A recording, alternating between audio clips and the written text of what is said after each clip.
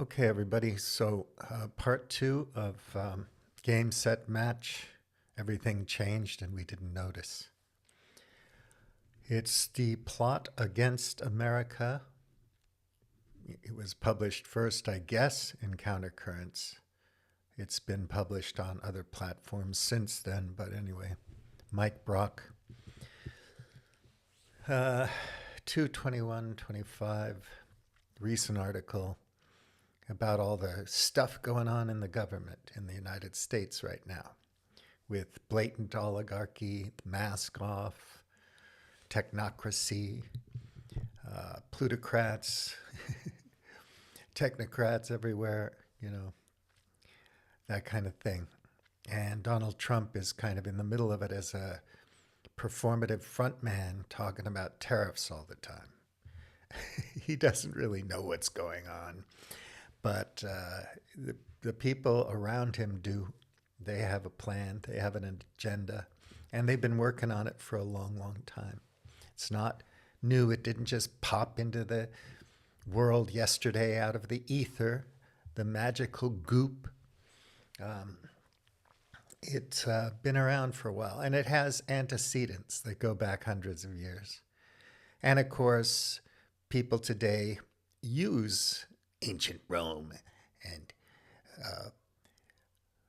Platonism, Neoplatonism, and religion, and all other kinds of things to undergird their reasoning, their rationalisms for what they're doing. It's just like what Aristotle said, or it's like the Stoics, Marcus Aurelius or somebody. Look at it back here, von Mises, whatever, and you point back to something, and you say, there you go, antecedents. See what I'm talking about? Founding fathers, okay, Constitution, all right. The Lord, Christianity, cultural Christianity, Western civilization, the Anglosphere, whatever clique you want to point to. You have different audiences, so you have different messages going out to the different audiences to get them on board with your thing. Keep them confused, keep them running in circles, keep them chasing that little laser pointer on the floor so that you can get on with your project. And since you own a lot of capital and assets and land, like Bill Gates, he owns a heck of a lot of land. Of course, all of this is a social construct. So, land ownership, like how is that secured? How are the contracts secured? Rule of law, courts, and so on. Why was George Washington able to become a real estate magnate in the late 18th century? Well, they had rules. Of course, the Indians didn't think those rules were very clever, but we did, and it took precedent. So, yeah. If those institutions are gone, how are they going to defend their property rights? One might wonder. So at some point, there's still going to have to be some lattice work, some structure there to make everybody believe that defending their property rights is important, right? For now, we all believe we're capitalists because we borrow money and we buy a house and we have a business that employs a few people. And so we think we're capitalists. So we rent out granddaddy's old house. So we think we're capitalists. Or we bought some stocks and bonds. So we think we're capitalists.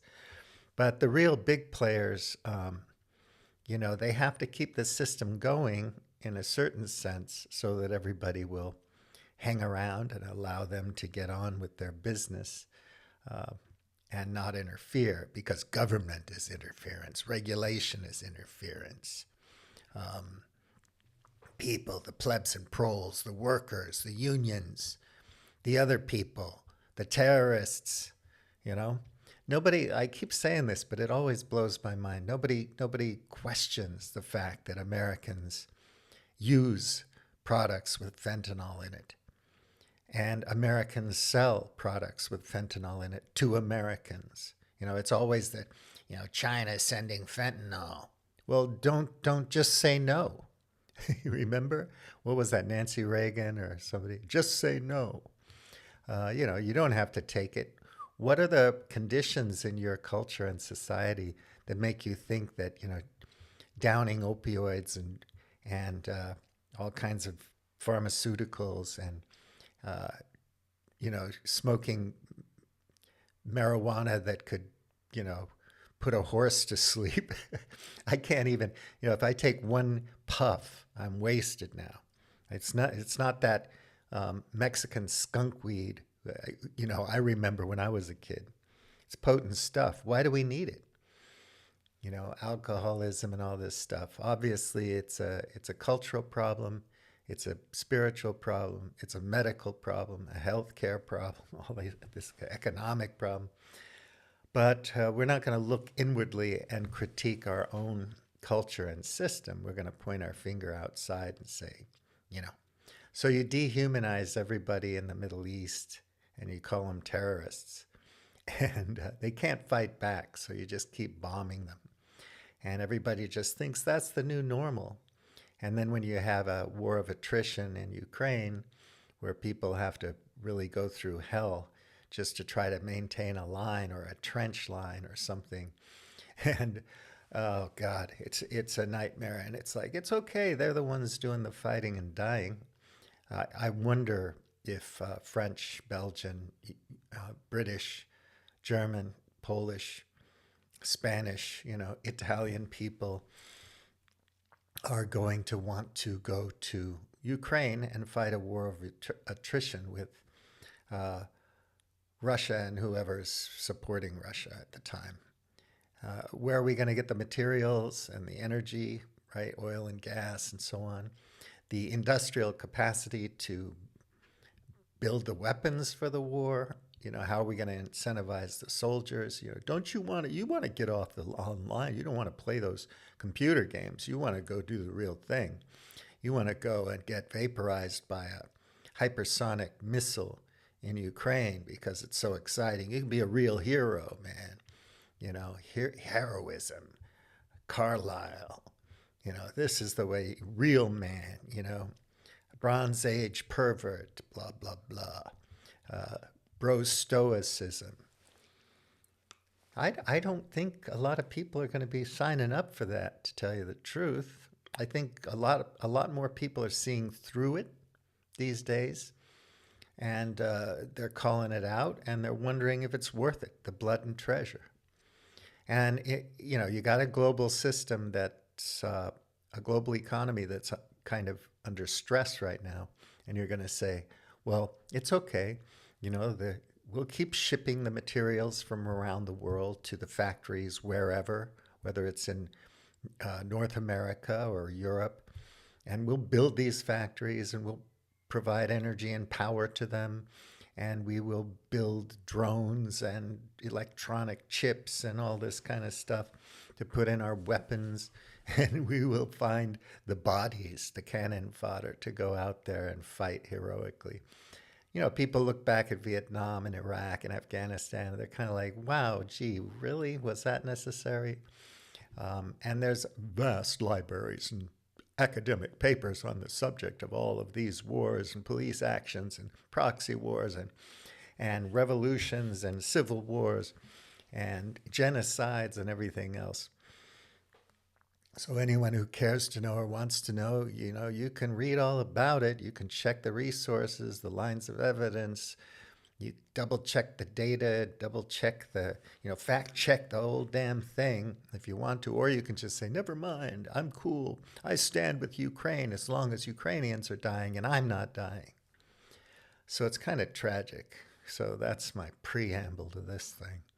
Underneath all of this nonsense is the plot against America, and how a dangerous ideology born from the libertarian movement stands ready to seize America.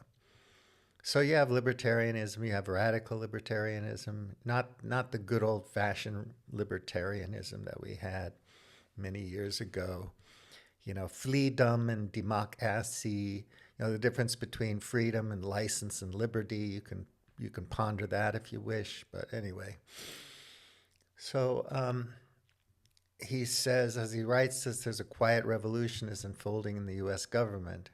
And so inside the Doge thing, there's some stuff going on. I'm not going to read the whole thing because it's something I think you should read and contemplate and look at carefully. So I'm just going to read what I underlined or highlighted and comment. Doge is not about efficiency.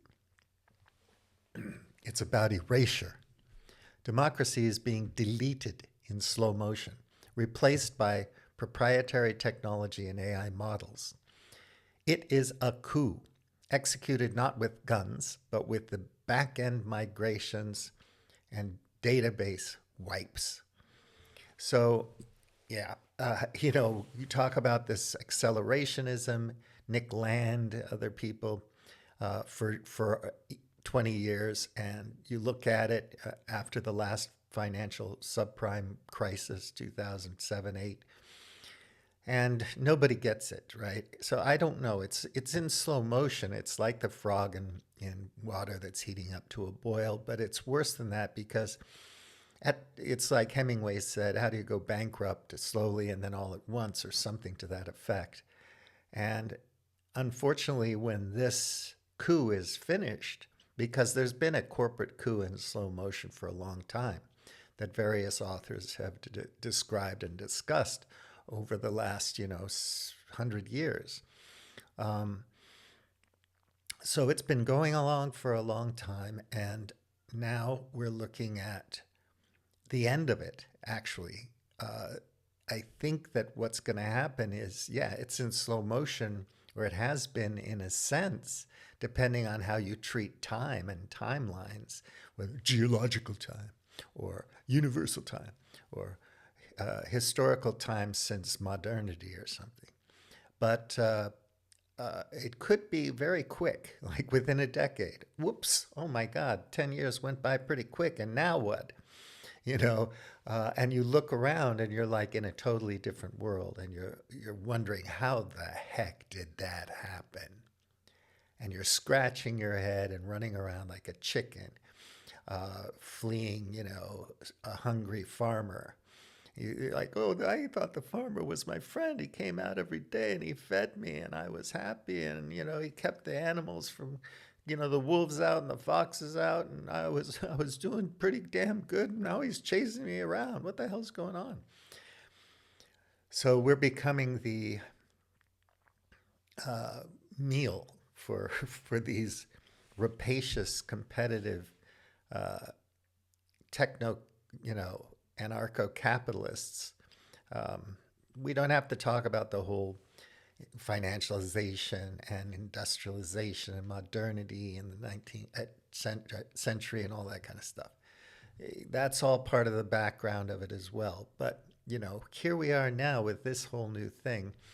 Nobody knows how social media really affects young people or how AI will. It takes a long time for the data to come in and for us to understand from an epidemiological perspective. How we study cohorts over time, and from that data we can extrapolate and infer information that might become very solid over time. We're not going to know. We're just running these uncontrolled experiments because they're profitable. They make people money. So we don't care, And we are all slaves in one way or another. So I do agree with, people who think like that to a certain degree. So the 2008 financial crisis has moved from the fringes of tech culture to the heart of American governance. And we're seeing that today. So you can follow that with a lot of people who are discussing it and so on. In a 2008 post, and I was following Yarvin since around 2009, reading some of his stuff, trying to make sense of it. In one of his posts, the Misesian explanation of the bank crisis, right? Von Mises. Austrian School of Economics and so on. Briefly, the fundamental cause of the bank crisis is not evil Republicans, lying Democrats, deregulation, affirmative action lending, or even ludicrous levels of leverage. A banking system is like a nuclear reactor, a complicated piece of engineering. Everything's an engineering problem, folks. All we have to do is terraform Mars, and we'll be on those Musk rockets. If it's engineered right, it works 100% of the time. Does it really? If everything requires maintenance. Anyway, whatever. If it's engineered wrong, it works 99.99% of the time, and the other 0.01%, it costs the entire tri-state area in radioactive strontium. So whatever. He writes this stuff. You have to fill in the blanks yourself and so on, and then think he's a genius for wording it like that. So Yarvin argued that the crisis was fundamentally an engineering failure caused by a deviation from what he called Misesian banking based on the principles outlined by economist Ludwig von Mises. So I'll skip down here. So this guy's book, 2001 book, which is really important to this whole libertarian movement, and he links to a Wikipedia on that. Democracy, the God That Failed, landed like a bombshell in libertarian circles. I remember reading that. I read things and they go, I forget about them after a while. But it was interesting. I do remember thinking it was interesting. Published at a moment when many Americans still saw democracy as the end of history, this whole Fukuyama thing. Hoppe, I don't know how you pronounce it, argued that democracy was an inherently unstable system, one that incentivized short-term decision-making, as if quarter-by-quarter profits isn't short-term. But of course, they're thinking long-term, man. These capitalist projects are like fucking, generations in the making. Bullshit. Okay, short-term decision-making and mob rule rather than rational government. They're always talking about mobs. What's a freaking mob? How does a mob rule? They just don't like any organized group of people pushing back against what they want to do. So they call it a mob, the rabble. So his alternative, a return to monarchy. So you can see what kind of things Yarvin was reading besides 19th century romantic philosophers. But this wasn't the monarchy of old. Hoppe envisioned a new order, one where governance was privatized, where societies functioned as covenant communities owned and operated by property holders rather than elected officials. In this world, citizenship was a matter of contract, not birthright. Voting was unnecessary. Rule was left to those with the most capital at stake. It was libertarian thought, taken to its most extreme conclusion, a society governed not by political equality, but by property rights alone. So this you could tease apart a million ways, because you can look at traditional societies at some point in history and say, well, they were kind of private and they were run by chiefs and kings and blah, blah, blah. And so, and they lasted for centuries, thousands of years in some cases and whatnot. And voting, did they have voting? Did they have democracy? Hell no. So, you can point back to that and rationalize around it and use it as an argument for whatever it is you want to do today. At scale, you have to look at the scale of things. How many people you're managing? How complex is the society? How complex is the machine? As Yarvin was pointing to, a city, like New York City, Tokyo, Shanghai. How complex is the global supply chain that makes those cities possible and keeps them running, and so on. and the machines, I mean, the data centers, the computers, the computer chips, all of that stuff. So, but property rights alone, again, we're into this kind of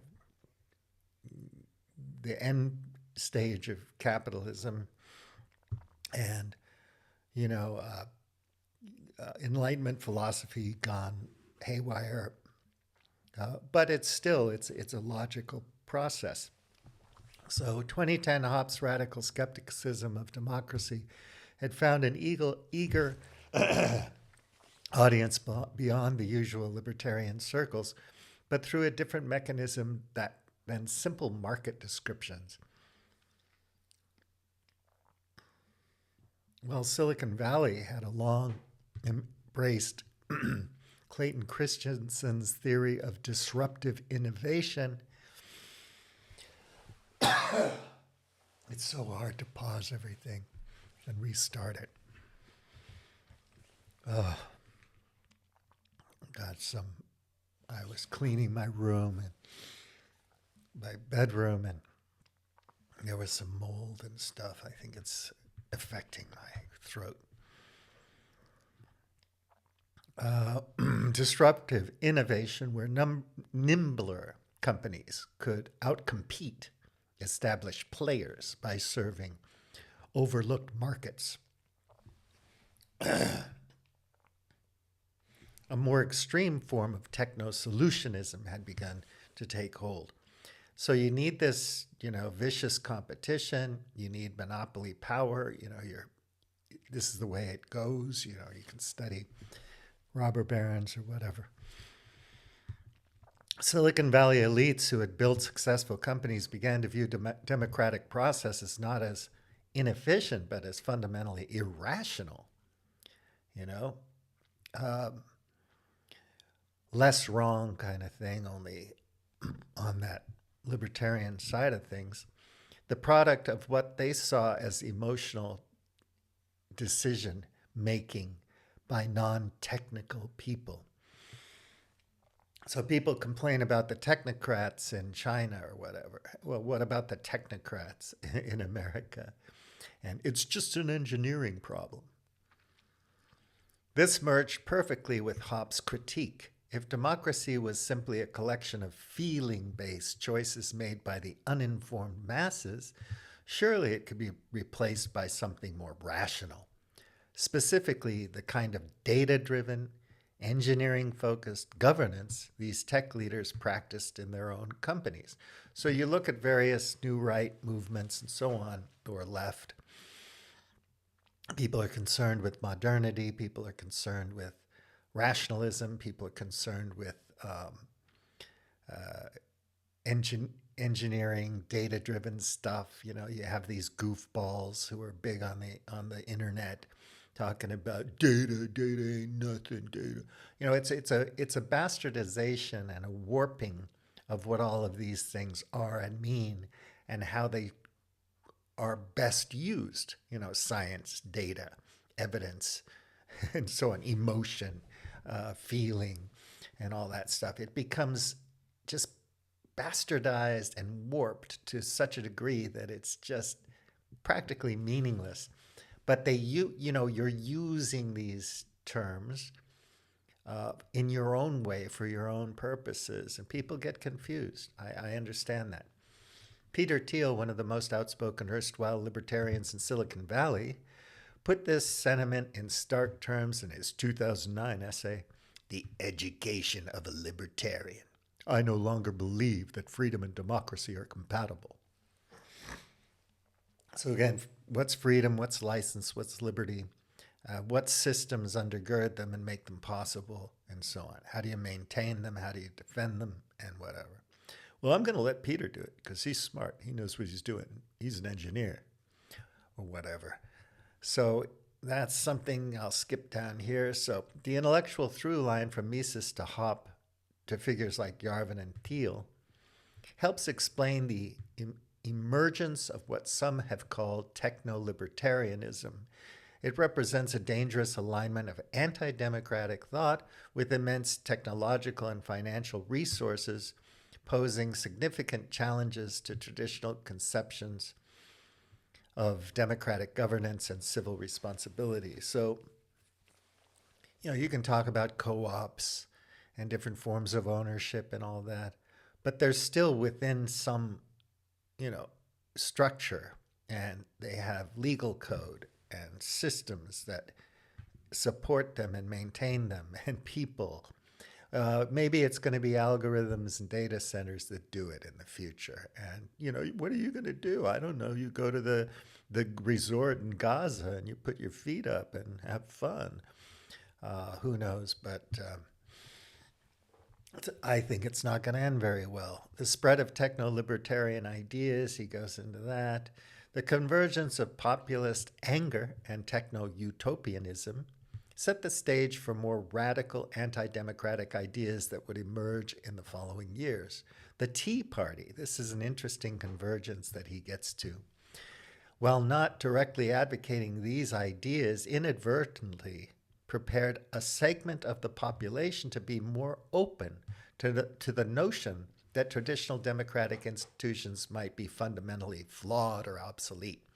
So MAGA and Tea Party, government's bad, and we just have to dismantle it, flood the zone with shit. The whole Steve Bannon thing and whatever, dismantle the administrative state. Well, what are you going to put in its place? And not democratic? Okay, who are you going to follow? Who are the MAGA people going to look up to for everything? Who's going to take care of them? Well, we'll take care of ourselves now. We'll take care of our own sewer, our own electrical grid, our own materials. We'll get our own, copper and zinc and minerals and fucking gas and oil. We'll do it all ourselves, or else Peter will take care of it. Elon will do it because he's a genius. He's got rocket ships. What the kind of fantasy world are they living in? What kind of ridiculous fantasy world? It's magical thinking, and it's not reality based if you think things through. So New Right and all this. The financial crisis didn't just create political movements like the Tea Party. It spawned entirely new media platforms that would help spread these anti-democratic ideas far beyond their original circles. One of the most influential was Zero Hedge. And I used to read Zero Hedge, and it was kind of fun in a conspiratorial way during the COVID crisis, pandemic. And all of my conspiracy friends and libertarian friends were sending me articles from Zero Hedge all the time. And it got really annoying. And I don't read anything. I wouldn't click on Zero Hedge now if you paid me. It bothers me that you have these, a little bit of good with a lot of nonsense, a little bit of good with a lot of nonsense. And you're hooked in by the expertise or the good bits, and then you have to survive a torrent of bullshit within that. It just makes me crazy. It does my head in. It does my head in, mate.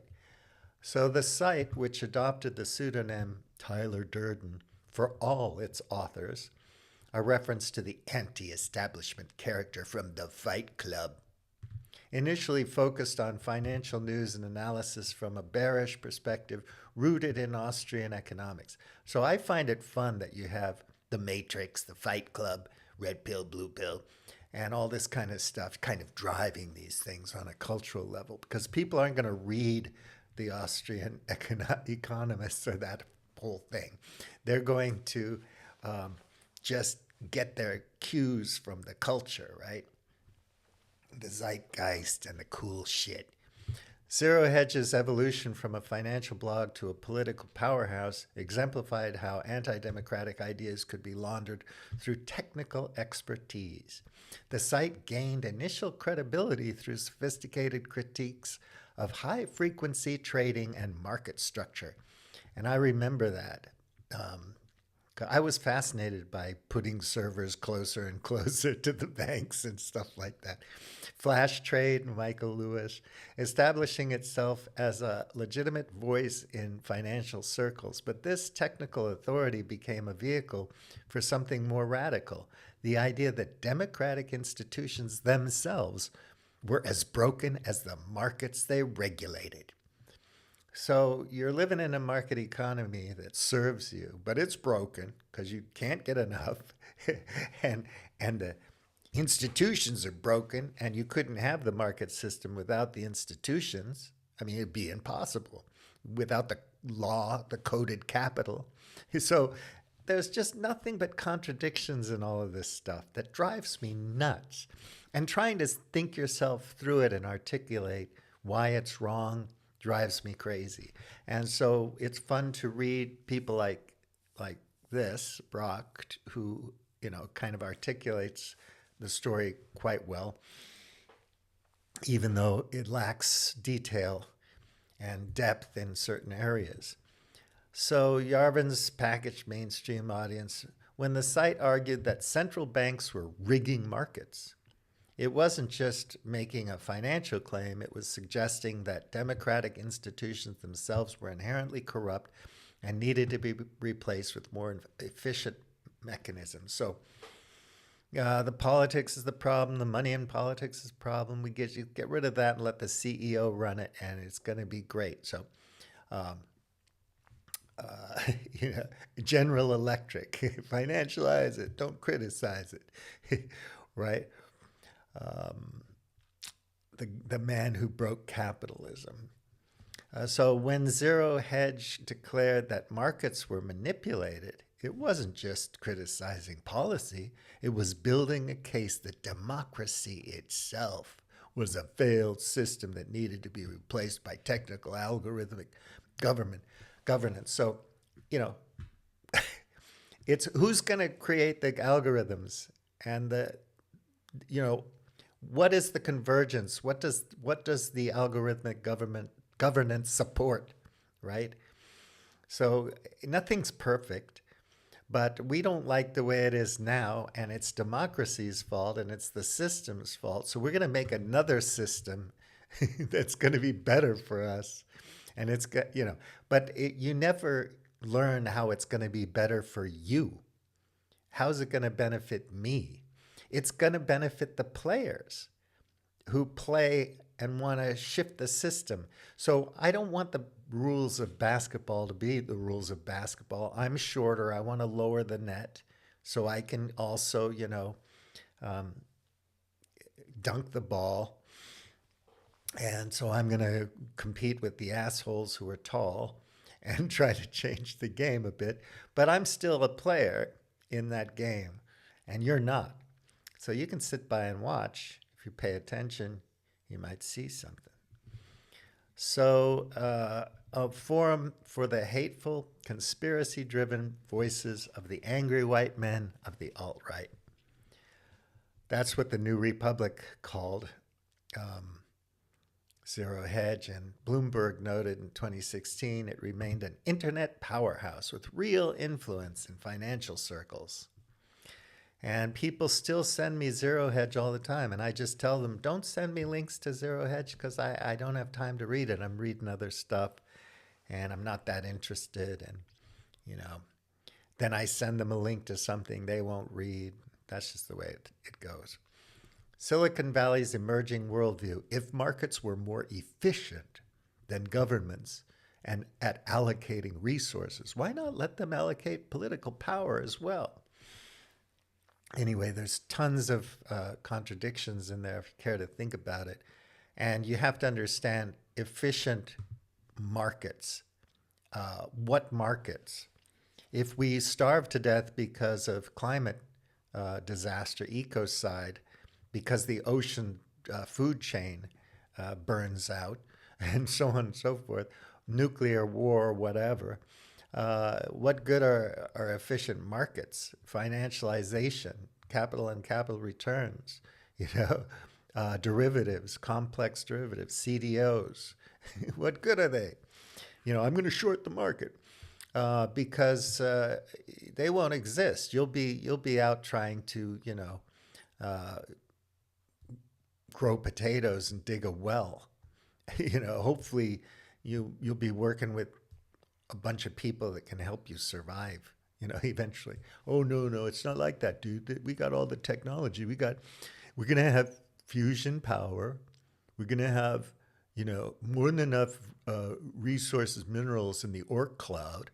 We're going to be, bringing stuff back from the moon in 10 minutes. I mean, it's not that hard. And, that's what we want to believe. So want to believe, or you want to believe that Jesus is coming and you're faithful Christian and you're going to be sorted out, and all these Satanists, all these Satanists, arrowhead Satanists, and socialist Satanists, and all these Satanists are going to be sorted out. You want to believe it, that's fine, but you have to look for lines of evidence to say that it's workable, and then you have to understand the contradictions in the whole rigmarole and how it's not really being designed for common people. It's being implemented for players in a certain game, and you're not in that club. Well, Zero Hedge used financial analysis to undermine faith in democratic institutions. InfoWars, a lot of people say we don't have a democracy. Well, it may be true depending on how you define it and in what context you put it, but democratic-like, or at least you get some say in how things are done. Do we really believe we have much of a say? So you undermine that doubt, like, I don't think my vote really counts. And then you get to this. InfoWars would take a cruder and arguably more effective approach, pure epistemic chaos. So then he conflates all of this with InfoWars. So you have Zero Hedge on the technocratic expert side of things, social critique and financial criticism. And then you got InfoWars on the culture side. Everybody can buy into that because it's an endocrine stimulating machine, an outrage machine. And you can get all excited. It's entertaining, and you can feel like you're on the right side. And if you only got rid of all those other assholes, everything would be fine. As a media scholar, Yochai Benkler noted in 2018 study, this period saw the emergence of a propaganda feedback loop. And we've been in that for a long time. It's just different tools. Okay. So, newspapers and printing presses and telegraphs and then radio and, there's a vast literature of this going back to the 19th century, where audiences and media outlets and political elites reinforce each other's views regardless of the veracity of information. And remember, in the olden days, you had limited access to information. You weren't part of the scientific network, let's say, during the age of discovery or whatever. Maybe there was a library in your town, but how often did you go to it? How many books could you own? Could you afford? And, how many newspapers were there in town? And what did they cover? And who owned them? So, what are you going to say? We have a lot of information, but we can't navigate it because we don't have a broad enough understanding or a detailed enough understanding of many of the domains covered to make sense of any of it. Oh, a sense-making crisis. Zero Hedge, blah, blah, blah. Dynamic in action, demonstrating how traditional gatekeepers of information were losing their influence. This erosion of trust in the establishment institutions, combined with the proliferation of alternative information sources, set the stage for what social psychologist Jonathan Haidt would later describe as a kind of fragmentation of reality. You think? Yeah, well, reality. Yeah, how are we going to agree on that? What's real? I mean, it would be nice if we had that kind of epistemic discipline and capacity and critical thinking, skills, logic, to come to these understandings of what reality is. Evolution, it's not real. You have faith in evolution. It's your religion. As we moved into the 2010s, this fragmented, accelerated social media algorithms designed to maximize engagement, addiction, right? Amplified sensational and divisive content. The resulting flood of competing narratives made it increasingly difficult for citizens to discern truth from fiction, with profound implications for democratic discourse and decision making. All right, I'm going to run through this real quick. Zero hedge model mixing expert analysis with speculative political commentary became a template for numerous other outlets, contributing to insular information ecosystems where narrative consistency trumped factual accuracy. And we're way into that now, man. I mean, we can go choose our reality any which way but loose. And he talks more about Alex Jones. People were looking for explanations, and InfoWars offered simple, if outlandish, answers to complex problems. Keep it simple, stupid. People don't understand that stuff. Just keep it simple. So anyhow, the epistemic chaos wasn't an accident. It was a crucial tactic in undermining democracy itself, as Curtis Yarvin and his neo-reactionary allies saw it. Political legitimacy depended on the existence of a shared reality. Break that consensus and democracy becomes impossible. Okay, so do you want a shared reality, or you just want, well, according to me, my network state? And if you don't like it, go to some other network state, some other game B community at the proper, Dunbar number scale where you can live naked if you want. Steve Bannon called it flooding the zone with shit. And by the time Trump entered office, the full strategy was in motion. Destabilize public trust, replace expert analysis with endless counter narratives, and ensure that the only people who could wield power were those who controlled the flow of information. Bezos needs the Washington Post. Musk needs Twitter, X.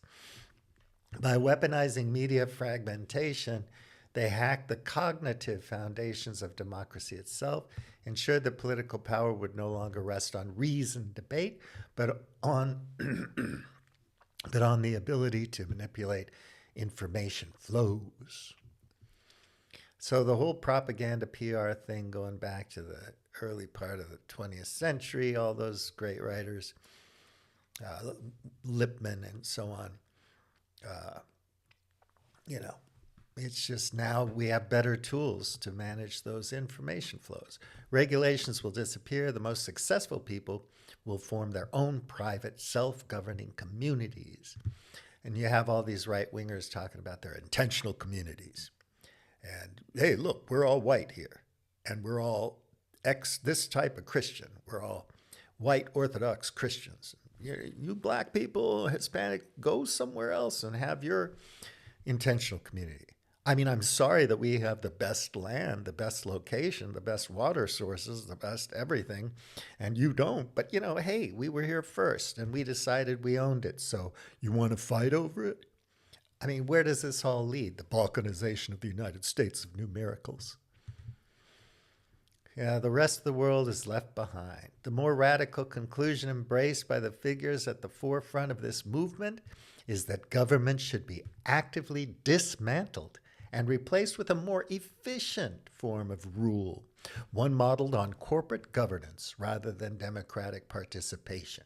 And you have to really understand corporate governance. So where's your MBA? And what's the purpose of a corporation? And how do you extrapolate that across all of the different goods and services that you'd need to run a society at scale? I'm not talking about a little game B community, gated community, little tiny network state where you have to have our crypto and you read, here's our constitution. Here's the way we run things here.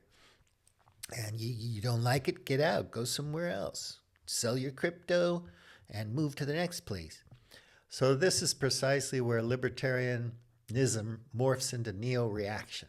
Instead of advocating for a constitutional republic with minimal government, This new strain of thought pushes for a private, post-democratic order where those with the most resources and technological control dictate the rules.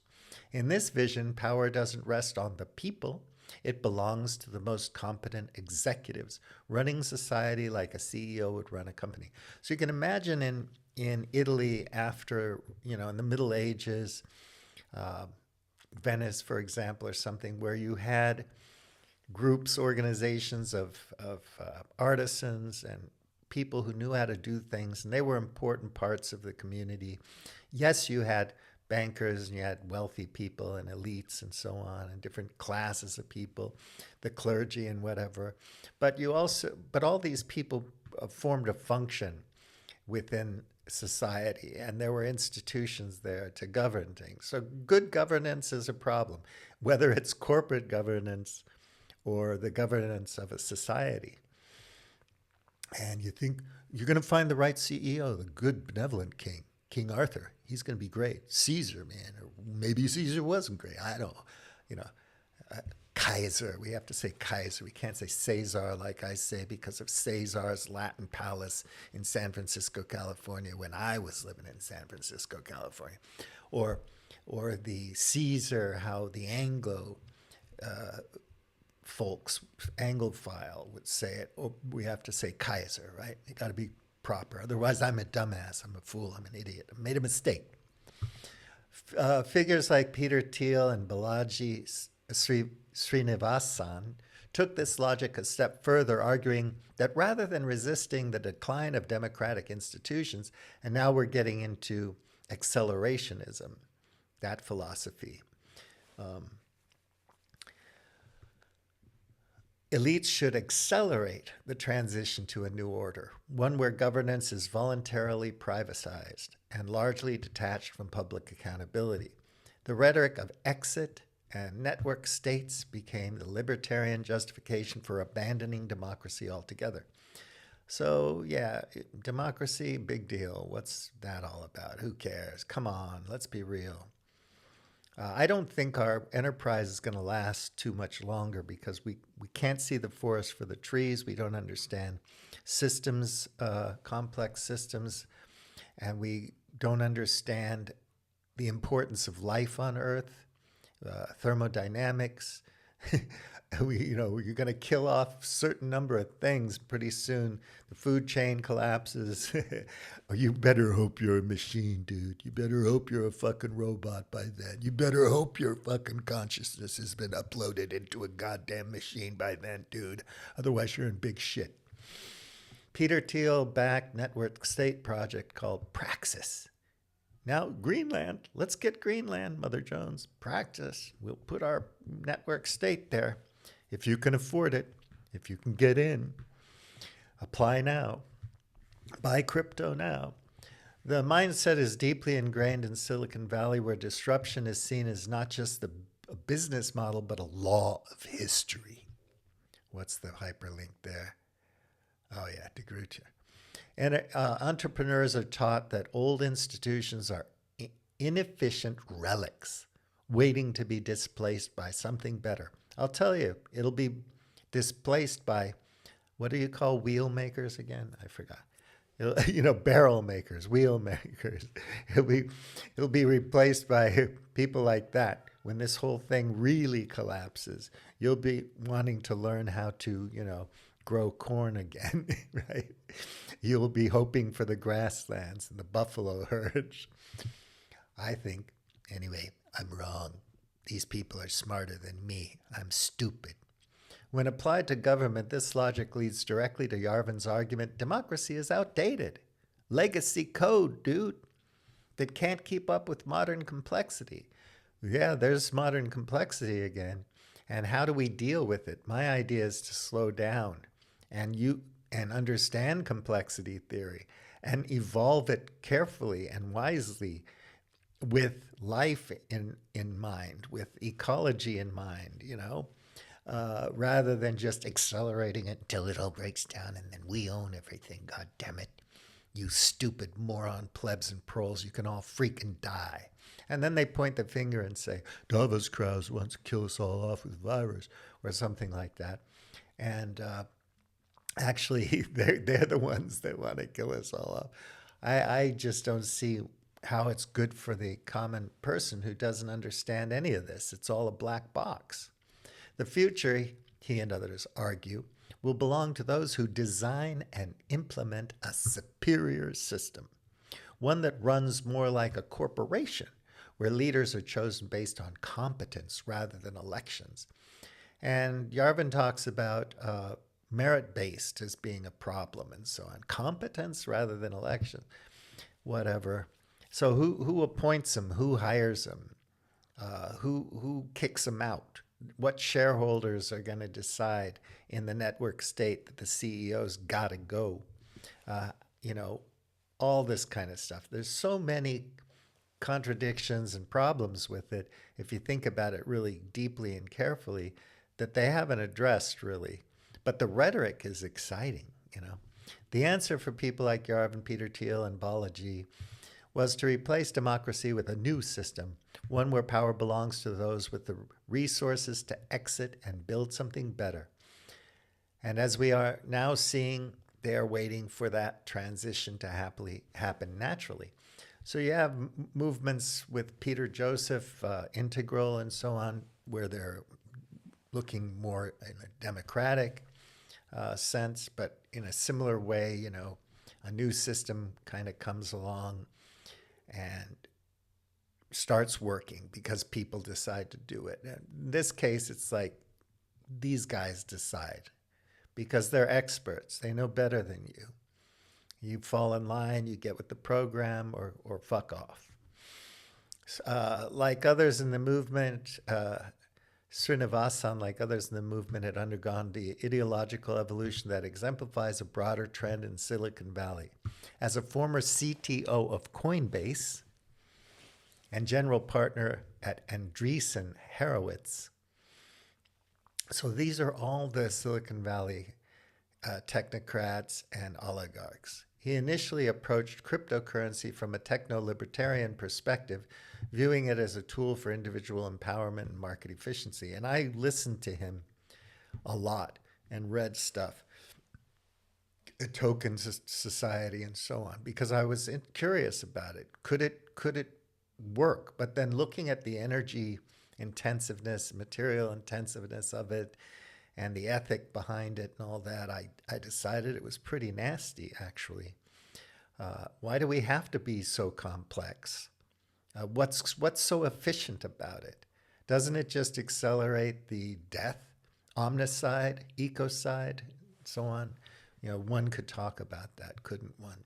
However, this thinking increasingly aligned with neo-reactionary ideas, particularly around the concept of exit, the ability to opt out of existing political structures entirely. I'm going to go live in Wyoming. There's a good book about that. And I'm going to like opt out of America and so on. Well, who's going to ensure your security? Who's going to make sure you get the materials, you know, the logistics, all that, the energy? You know, it's a bigger world than just you in your little gated community where you opted out and decided you're not part of the system anymore. So I don't know, it's complicated. This shift from techno-libertarianism to neo-reactionary thought isn't as large a leap as it might seem. He links to a Medium thing. Both ideologies share a deep skepticism of centralized authority and a belief in power of technology to reshape society. So that's great, but how many decentralized, centralized communities are there going to be? I've got my king, you've got your king. I got my territory, you got your. I got my blood and soil, you got yours. Okay? It's pure, it's cool. And there's a million of them. And it's networked. So we can do stuff in the cloud together. But we live in a material world that has limitations, trust me. As I wrote last year, what makes sovereign individuals' influence particularly concerning is the epistemically authoritarian nature. Again, Sovereign Society, I remember when that came out in the 90s, late 90s. So this is what the convergence of crypto AI and neo-reactionary ideology is so dangerous. If people can't agree on basic facts, who gets to decide what's true? Who programs the damn thing? Trained on what data? What algorithms? Convergence, alignment. This is all disalignment. This is divergence. This is splintering. So the answer in Yarvin's world is a sovereign executive, a singular, unchallenged ruler whose legitimacy derives not from elections, but from sheer control over the information landscape. That's why he's always talking about the New York Times and, blah, blah, blah. He hates them because he wants to be them. I want to control the information. James Pogue's remarkable piece on the investigative journals Inside the New Right, where Peter Thiel is placing his biggest bets, that's a really good article, traces the movement of these ideas, fringes into the sophisticated political movement backed by some of the most powerful figures in technology. As Pogue documents, Yarvin's writings during the crisis period didn't just diagnose economic problems, they offered a comprehensive critique of what we call the cathedral or the blue state. Or, everybody has these different things for the mainstream culture. An interlocking system of media, academia, and bureaucracy that he argued maintained ideological control while masking its own power. So the idea is, I don't like what they have. I want control over it. I want my own cathedral, and I'll call it something else. The fusion of Austrian economics, blah, blah, blah. I'll just skip down. Where reactionaries see Bitcoin as a tool for replacing democratic governance entirely, the liberal perspective presented in Resistance Money understands it as a check against overreach and a means of preserving individual autonomy within democratic systems. This frames Bitcoin not as a replacement for democratic institutions, but as a technological innovation that can help us protect civil liberties and human rights, particularly in the context where traditional financial systems are used as tools of surveillance and oppression. Well, I wasn't really into Bitcoin for these kinds of reasons, but they get co-opted and corrupted. And they're never used in this way, actually. And they're too easy to hack. It's too easy to steal Bitcoin. Trust me. So theory to practice, almost done. And precisely what I have described as epistemic authoritarianism. See, I want to control reality. I don't like the reality now. I want to be in control of it. I want to tell people what it is. It's like, you watch the old Shogun, and you have the Jesuit people in there, and, the Jesuits, the heretics. Rather than acknowledging that technology is shaped by human agency and political decisions, the network state version assumes that technological change has a fixed trajectory, one that will naturally dissolve nation states and replace them with digitally mediated governance structures. Good luck with that. We need those fusion reactors, mini fusion reactors. We need the energy. We're going to have to transition our electrical grids because these computers need a lot of juice, my friends. And we still need a food chain. You can have your pigs and cows and chickens, but we're still going to need some other stuff. It's just crazy. The deterministic framing also explains why so many libertarians found themselves drifting toward reactionary politics. If democracy is doomed, then why bother defending it? If technology is going to replace governance, then why not accelerate the process? You really have to study accelerationism and the philosophers behind it because it's amazingly interesting. And it leads to something that's not life, not living systems, but machines. It's, Blade Runner on steroids, way beyond Blade Runner. This is how techno-libertarianism became a gateway to neo-reaction. It replaced the classical liberal commitment to open debate and incremental progress. I like this wise incremental stuff, personally, with an absolutist vision of history that justified abandoning democracy altogether. When Musk gains control of the Treasury payment system or Trump declares he won't enforce laws he dislikes, they're implementing ideas incubated in the crypto world. The notion that code can replace democratic institutions, that technical competence should override democratic negotiation, and that private power should supersede public authority. These ideas moved from crypto theory to political practice. Here was a potential autocrat who didn't just accept Silicon Valley's critique of democracy, but embodied it. His contempt for constitutional constraint, his belief that personal loyalty should override institutional independence, he's talking about Trump, and his view that government should serve private interests align perfectly with Silicon Valley's emerging anti-democratic worldview when combined with unprecedented technological control over information flows, financial systems, and social networks. This created a perfect storm. The ideology that justified dismantling democracy, the political vehicle willing to do it, and the technological capability to make it happen. So everyone in the MAGA movement and the Democrats and so on, the political parties, they all think we're still living in a system that doesn't really exist in a way, or is disintegrating before our eyes.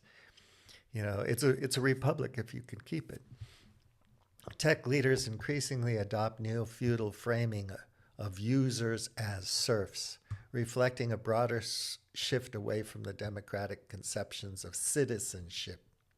First, remove career officials who might resist on legal or constitutional grounds, then install private technical infrastructure that makes oversight impossible. Look at what Musk is doing with his minions. And this is Yarvin's blueprint, and they love him.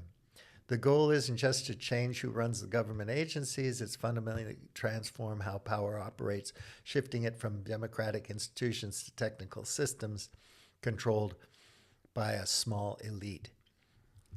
What we're witnessing isn't just a power grab, it's the culmination of an ideology that has been incubated, tested, and refined over a decade. And I would say it has antecedents that go way, way back. But for 20 years or so. But you have to look at the preconditions for it to arise, and that's really complex. A lot of things going on, a lot of moving parts. First, they disrupted journalism, replacing it with engagement-optimized feeds. Now they are disrupting governance itself, your news, your politics, your very reality, automated, privatized, and controlled by those who own the network.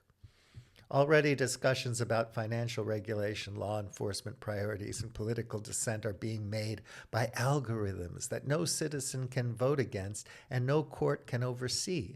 Your rights are no longer determined by a legal framework you can appeal. They are dictated by a set of terms of service, changeable at the whim of those who control the network. So you see the so-called free speech guys, Musk and Trump, who will arrest somebody for criticizing Israel's treatment of Palestinians. You criticize Israel, you're a terrorist, they arrest you, they put you away, throw away the key, and you have no legal recourse. I mean, that just sounds terrible to me because the shoe could be on the other foot tomorrow. Despite the growing influence of these anti-democratic ideas, they have not gone unchallenged. Scholars like Evgeny Morozov have criticized the technological solutionism that underpins much of this thinking. Grassroots movements advocating for digital rights and democratic control of technology have gained traction. Some tech workers themselves have begun organizing against the more extreme visions of their employers. And yet the most terrifying part, Donald Trump, the supposed strongman at the heart of it all, is oblivious. And I've known that from day one in 2016 or before that. He has no grand ideological project beyond his own power. He does not understand the system being built around him, nor the fact that his own presidency is merely a vehicle for forces that see him as useful temporary battering ram against democracy. Trump whisperers, even people I like and agree with by and large, who think they know what Trump's doing, or that Trump's a leader, or that he's a peace president, or he's going to have a peace deal between Russia and Ukraine or whatever. Trump, he's a whimsical guy. He could change sides at any moment. He's just doing his own thing in a stochastic, haphazard way, based on the feedback he wants to get from people. So here's where the rubber meets the road. J.D. Vance, the vice president in waiting, has studied Curtis Yarvin's work, and Curtis talked about him for a long time. And when I was at the cafe in Lisbon, he mentioned him. And that was 2022. Peter Thiel, his longtime patron, has been funding this vision for over a decade. Balaji Srinivasan is writing the blueprint. Elon Musk is laying the infrastructure. And the young operatives now wiring AI models into the Treasury Department, disbanding civil service, bypassing traditional government, and replacing democratic accountability with technological sovereignty are working toward a future that will long outlast Trump himself. And that's my point. This thing goes way beyond Trump and all that, and I see it as sticking around for a long time, way beyond the Trump presidency. And they are going to crash the world. And it's up to us to do something to fight back. They're going to crash it. And when I say crash it, I mean destroy life on Earth. I mean the integrity of living systems to support living systems. Life begets life. Life depends on life. And we're going to go over the edge. And these guys are not immune to the consequences of their own actions, trust me. All right, that was long. Take good care. Read this article. Study up on all this stuff. William T. Out.